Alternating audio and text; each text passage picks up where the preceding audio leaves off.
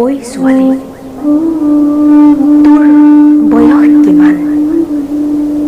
মূল শতাব্দীৰ ৰায়, অসমীয়া অনুবাদ চাহাবা হাৰ্টে। ঐ ছোৱালী, তোৰ বয়স কিমান?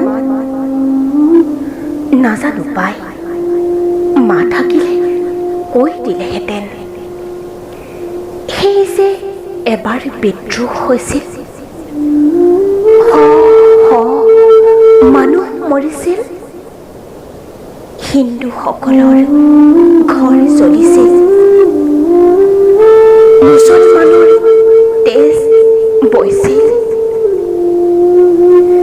তেতিয়া নেকি মা প্ৰসূতি, বিদ্ৰোহ মোৰ জন্মতিথি।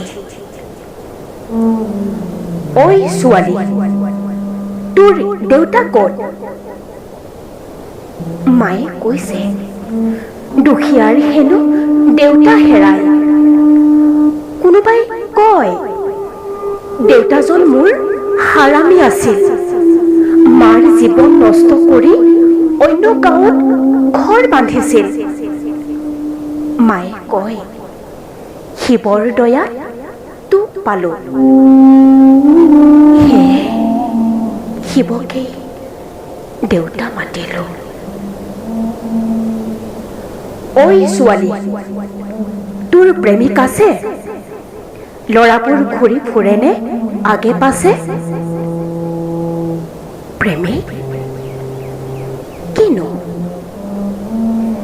সেই যে মিঠা মিঠা কথা কয়, দিন দুপৰীয়াতে সপোন দেখুৱাই, খাৰু কাজল মেলাৰ পৰা কিনি আনে আৰু জোপোহাৰ আঁৰত কাপোৰ খোলে, তাকে কয় নেকি প্ৰেমিক? নন্দখুৰাই এইবোৰ কৰিছে দুবাৰ। প্ৰেমিক বুলি তাকেই মাতিম এইবাৰ। ঐ ছোৱালী, তোৰ উপাধি কি? দেউতাকৰ পৰা পাই বুলি শুনিছো। উপাধি থাকিলে ভাত পোৱা যায়, দেউতাকৰ মৰমে সময় কন্দুৱাই। সেয়াকে বজাৰত পোৱা যায়, কিনিম তেতিয়া সস্তীয়া হ'লে। দামী হ'লে নেলাগে মোৰ, থাকো সেয়া বোপা ককাৰ।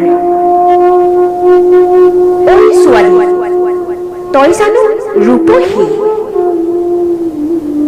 মানুহে কয় গাভৰু শৰীৰ সৰ্বনাশী, ৰূপটো নহয় চকুৰ ঢোকা, যৌৱনত কুকুৰী ৰাধা।